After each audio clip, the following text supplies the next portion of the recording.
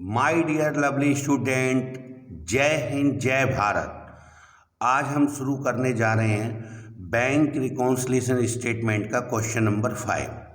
Question इस प्रकार दे रखा है, on checking the bank passbook it was found that it shows on overdraft, यानी पासबुक के अनुसार बैंक ओवरड्राफ्ट दे रखा है ऑफ ₹5220, 5220 पासबुक के अनुसार ओवरड्राफ्ट दे रखा है।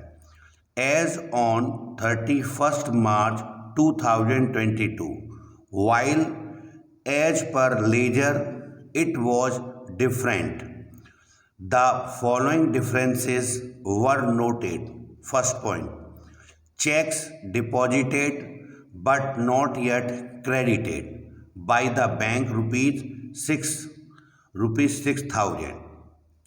Second point, checks dishonored and debited by the bank but not given effect to it in the ledger rupees 800.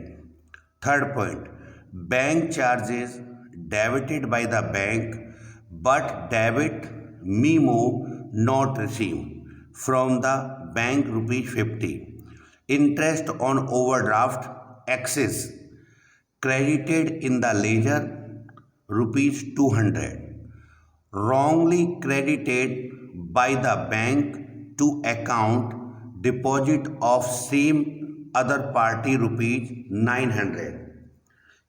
Next point, checks issued but not presented for payment ₹400। चलिए इस question को आप लोग वीडियो को pause करके इस question को पहले नोट कर लो बच्चों, फिर मैं इसको सॉल्व करके दिखाता हूँ आपको। माय डियर लवली स्टूडेंट, मेरे चैनल को लाइक करें, सब्सक्राइब करें, शेयर करें और कमेंट करके बताइए किस टॉपिक पे मुझे आपके लिए वीडियो और बनानी चाहिए। चलिए मेरे चैनल को सब्सक्राइब कर लें। जब भी कोई बीआरएस में क्वेश्चन सॉल्व करते हैं तो बेटे ऊपर हेडिंग डालते हैं बैंक रिकॉन्सिलिएशन स्टेटमेंट। किस डेट को बैंक रिकॉन्सिलिएशन बना रहे हैं वो डेट नीचे लिखेंगे, as on 31 March 2022, particular amount और टोटल का एक कॉलम बनाएंगे। सबसे पहले शुरुआत करते समय आपको लिखना होता है बच्चों कि हमारा पैसा बैंक में जमा है या बैंक से कर्ज ले रखा है। तो जो डिटेल दे रखी होती है उसको लिखेंगे सबसे पहले यहाँ। तो लिखेंगे बैंक ओवरड्राफ्ट, स्टार्टिंग में bank overdraft as per passbook amount जो भी दे रखी है टोटल वाले कॉलम में लिखेंगे 5220। फिर लिखेंगे यहाँ पर ऐड और आधा सा पेज छोड़ के लिखेंगे लेस। अब ध्यान दीजिए, इस पहली एक लाइन को लिखने का मतलब क्या है। Bank overdraft as per passbook का मतलब है, पासबुक का मतलब है हम, पहली बात तो कौन है, हम बैंक हैं। और ओवरड्राफ्ट का मतलब हमारे पास व्यापारी का रुपया जमा नहीं है बल्कि हमने व्यापारी को कर्जा दे रखा है। तो पासबुक हम बैंक और हमने व्यापारी को दे रखा है कर्जा। अब कुछ गलतियां हुई होंगी बच्चों, उन गलतियों को सुधारने का नियम आप जानते हो, पहली वीडियो बता रखा है रूल्स मैंने, कि हमने जो गलती करी होती है पहले उसका तो हम करते हैं बच्चों उल्टा, और सामने वाले ने कोई गलती करी है तो उसकी करेंगे होड़। तो जैसे देखिएगा, हम बैंक हैं, हमने जो लिखते समय एडलेस गलत कर लिया है उसका तो उल्टा और सामने वाले की होड़। चलो पहला पॉइंट पढ़ते हैं। क्या रखा है, यहाँ से शुरू कर रहे हैं, हम बैंक के और हमने व्यापारी को दे रखा है कर्जा 5220 रुपये का। फर्स्ट पॉइंट, अभी क्वेश्चन नोट करवाया था आपको, उसमें लिख रहा है first point, checks deposited but not yet credited by the bank, यानी चेक जमा होने भेजे परंतु बैंक में अभी तक जमा नहीं हुए। तो चेक जमा होने कौन भेजता है बच्चों, व्यापारी। तो व्यापारी पे कर्जा था, तो जिस वक्त ये वर्ड लगाते रखो पहले का मतलब इस डेट से पहले बेटा, क्योंकि जो डेट दे रखी है इस डेट से पहले जो भी कुछ हुआ होगा गलती और उनको आप हमें सुधार करनी पड़ती है इस डेट को। तो जब व्यापारी ने डेट से पहले चेक जमा होने भेजे होंगे तो व्यापारी ने क्या किया होगा, अपने हाथ से अपना कर्जा थोड़ा सा घटा लिया होगा या बढ़ा लिया होगा। ठीक बताया बच्चों आपने। बैंक में जब व्यापारी ने पैसा भेजा होगा तो व्यापारी ने अपने हाथ से अपना कर्जा थोड़ा सा घटा लिया होगा। सामने वाले की होड़ करते हैं, व्यापारी ने घटा लिया तो हम भी घटाएंगे। तो लेस में लिखेंगे बच्चों checks deposited but not yet credited, अभी तक जमा नहीं करें, credited by the bank, bank में अभी तक जमा नहीं हो पाए। कितने रुपये बच्चों, 6000 रुपीज़। अमाउंट वाले कॉलम में लिखेंगे अब जितनी भी चीज़ लिखेंगे। नेक्स्ट पॉइंट क्या रखा है, cheques dishonoured and debited by the bank but not given effect to it in the ledger ₹800। ध्यान से सुनना, चेक्स डिसऑनर्ड। भाई डिसऑनर्ड कौन करता है चेक को, बैंक। बैंक ने जब चेक को डिसऑनर्ड किया था तो बैंक ने डेबिटेड किया था, ये काम व्यापारी ने नहीं किया अभी तक। तो ध्यान से सुनिएगा, जब बैंक ने चेक को डिसऑनर्ड किया था तो डेबिट किया था, तो रूल लिखाए थे पहले नंबर पर, नियम में लिखाया था मैंने पहली वीडियो में। देखो हमारे रूल्स लिख रहे हैं चैप्टर के फर्स्ट वीडियो में। आप चैप्टर में होशियार होना चाहते हैं तो सीक्वेंस में वीडियो देखें, मैं इसीलिए वीडियो पे नंबर डालता हूँ, वीडियो नंबर 1 2 3 4 5। वास्तव में आप होशियार होने के मूड में तो वीडियो नंबर 1 से देखोगे तो उसमें सारी बात सीक्वेंस में आएंगी। तो पहली वीडियो में रूल्स लिखा रखा है बच्चों मैंने कि अगर व्यापारी कैश बुक में डेबिट करता है तो इस बात का मतलब पैसे जमा कर रहा है, और वहीं पे लिखा रखा है बेटे कि रूल्स के अंदर ही कि बैंक के वहाँ अपोजिट काम होता है, बैंक क्रेडिट करता है तो जमा, यानी व्यापारी की कैश बुक में डेबिट होता है तो पैसा जमा हो रहा होता है, और बैंक क्रेडिट कर रही होती तो पैसा जमा कर रहे होते हैं। लेकिन दोनों बातों का उल्टा होने लग जाए, यानी कैश बुक में डेबिट की जगह क्रेडिट होने लग जाए, तो यानी कोई खर्चा कर रहे हैं, पैसे जमा नहीं कर रहे, खर्चा कर रहे हैं। ऐसे बैंक में क्रेडिट की जगह डेबिट होने लग जाए तो खर्चा कर रहे हैं।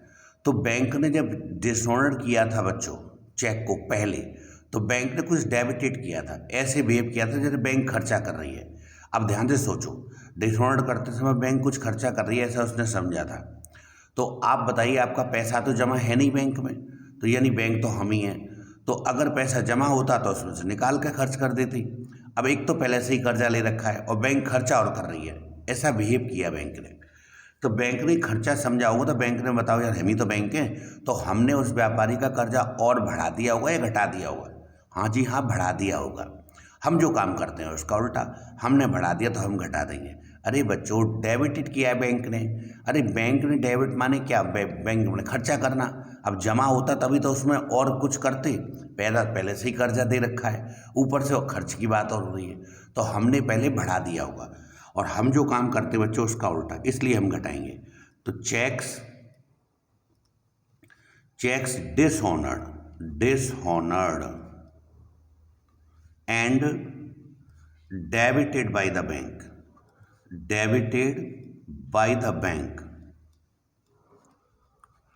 but not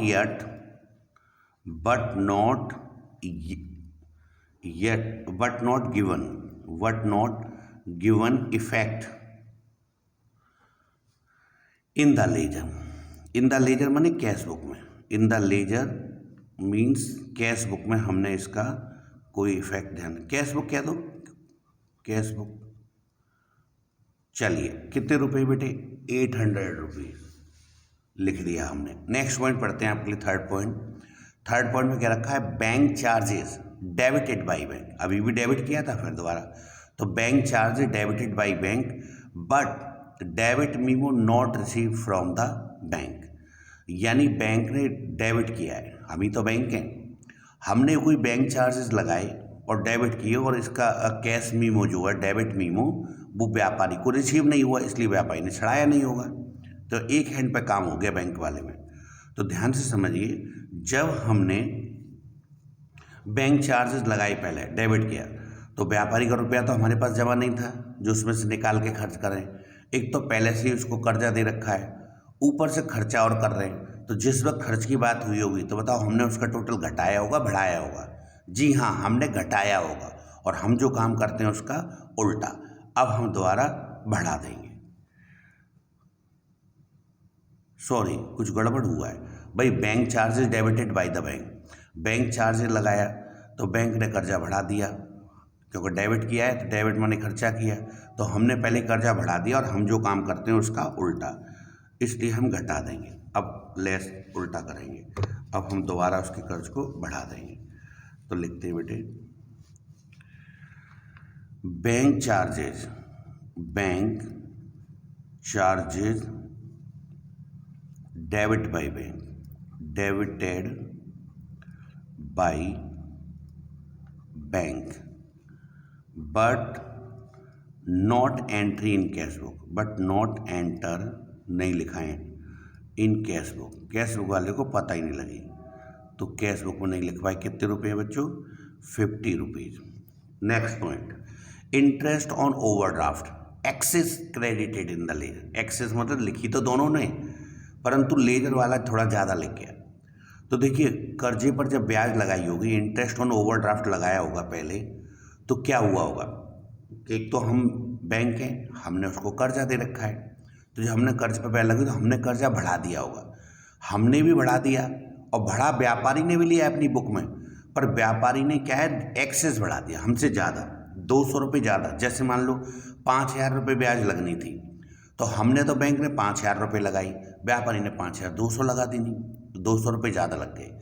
और एग्जाम्पल बना लो, मान लो ब्याज के केवल 1,000 रुपये लगाने थे हमको बैंक को, तो हमने तो 1,000 रुपये लगाए हैं खाते में, व्यापारी ने 1,200 लगा लिए गलती से, तो 200 रुपये ज़्यादा ब्याज लग गई है। तो देखो ध्यान से, तो हुआ क्या होगा, व्यापारी की बुक डिफरेंस दिखा रही होगी, तो हमने जब बैंक ने कर्जे में ब्याज लगाई तो हमने उसका कर्जा बढ़ा दिया होगा, हमने भी बढ़ा दिया और व्यापारी ने भी बढ़ा दिया, बस व्यापारी ने 200 रुपये ज़्यादा बढ़ा लिया हमसे। तो बेटा हमें क्योंकि उससे उत्तर मैच करना है, आंसर मैच करना है, तो हम भी 200 रुपये और बढ़ा देंगे, इसलिए ऐड में आएगा ये। तो ऐड में अब आप लिखेंगे फर्स्ट पॉइंट डालकर, इंटरेस्ट ऑन ओवरड्राफ्ट एक्सेस माने होता है ज़्यादा, एक्सेस क्रेडिट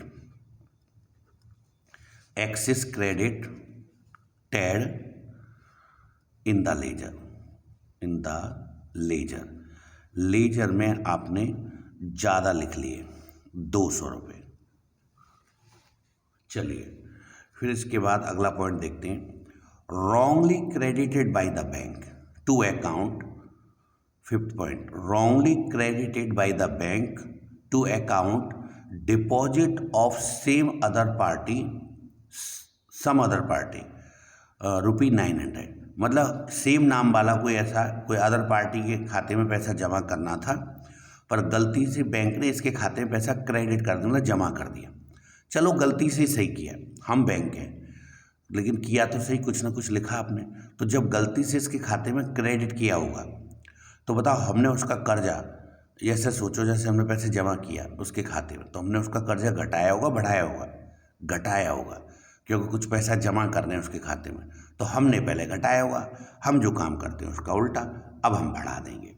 तो लिखेंगे रॉन्गली, गलती से, wrongly credited by the bank, wrongly credited by the bank to account deposit of some other party मतलब किसी दूसरी पार्टी ने पैसा जमा किया, गलती छड़ा गए इसके खाते में ₹900। लास्ट पॉइंट बेटे, cheques issued but not presented for payment. Cheques काटे, व्यापारी को शर्म नहीं आ रही, एक तो कर्जा ले रखा है हमसे, ऊपर से चेक पे चेक और निकाल रहा है। तो जिस वक्त व्यापारी ने चेक काटा होगा कि जाओ पैसे ले आओ, तो जमा तो उसका है नहीं, कर्ज ले रखा है, तो व्यापारी ने अपने हाथ से अपने कर्जे को और बढ़ाया होगा या घटाया होगा? जी हाँ, बढ़ाया होगा, क्योंकि एक तो पहले से ही कर्जा ले रखा है, ऊपर से चेक पे चेक और काट रहा है, तो व्यापारी ने अपना कर्जा बढ़ाया होगा। और सामने वाले की होड़ करते, व्यापारी ने बढ़ाया तो हम भी बढ़ा देंगे। तो ऐड में लिखेंगे cheques issue but not presented for payment 400 रुपये। चलिए अब लास्ट पॉइंट था, अब टोटलिंग करते हैं। यहाँ से आउटर तक लाइन करते हैं और यहाँ से आउटर तक लाइन करते हैं। तो ऊपर अगर टोटल देखें तो ये हो गए आपके लगभग 1500 रुपये, और ऊपर वाले के साथ जोड़ेंगे 5220 के साथ अगर इस टोटल को करोगे आप तो ये हो गए आपके 20, तो ये आ गए 7, ये आ गए 6720। जबकि आप इधर वाला ये टोटल करेंगे तो 6850। अब देखो पहली बार बच्चों क्या हो गया कि ऊपर वाला टोटल तो पड़ गया छोटा और ये टोटल आ गया बड़ा। बस इस क्वेश्चन की खासियत क्या है यही समझाना चाहता था। ये एडलेस तो आपकी समझ में आ गई। अब देखिए अमूमन क्या होता था, आज से पहले ये टोटल हमेशा बड़ा होता था ऊपर वाला और ये कम तो ईजिली घटा देते। आज उल्टा हो गया है कि आपका ऊपर वाला टोटल तो है छोटा और ये बड़ा, तो आप ऊपर से नीचे नहीं नीचे से ऊपर घटाएंगे, तो इसका डिफरेंस यहाँ से इसको घटाओगे तो 130 रुपये आ रहा है। तो 130 रुपये जो उल्टा माइनस का आ गया बेटा, ठीक है। तो हम इसके आगे दूर से पता है क्या लिखेंगे, जैसे स्टार्टिंग किया था आपने सवाल को तो ऊपर लिख रहा था bank overdraft as per passbook, तो उल्टा हो गया। अब ओवरड्राफ्ट नहीं रहा।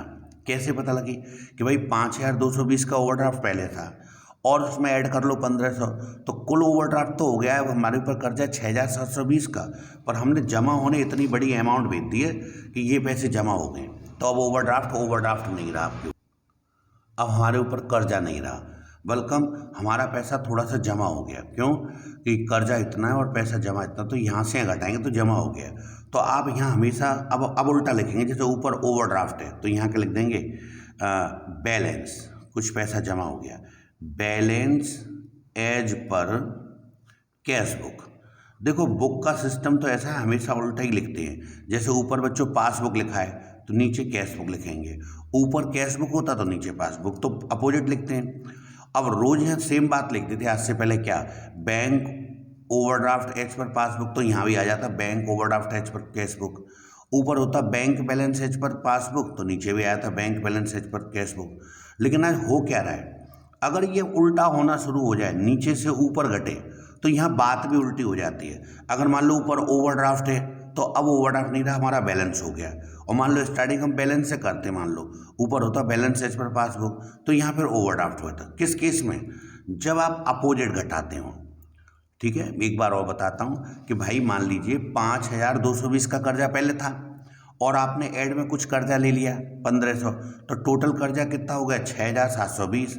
लेकिन आपने जमा होने वाली जो अमाउंट है वो काफ़ी बड़ी बेटे जमा कर दी नहीं बैंक में, तो आपका कर्जा भी ख़त्म हो गया और आपके 130 रुपये ज़्यादा जमा हो गए। ठीक है, या फिर एक काम कर लें कि आप आंसर तो लिखें जो भी है, लेकिन ये माइनस का आ रहा है, तो माइनस का आ रहा है क्योंकि नीचे से ऊपर घट रहा है, तो इस पर कोष्टक काट देंगे और फिर वही लिखना चाहो तो आप लिख सकते हैं। जैसे ऊपर लिख रहा है ना bank overdraft as per passbook, तो यहाँ भी लिख सकते हैं bank overdraft as per cash book, पर ये माइनस का, यानी ओवरड्राफ्ट नहीं रहा, अब माइनस हो गया हो, बल्कि हमारे 130 जमा हो गए।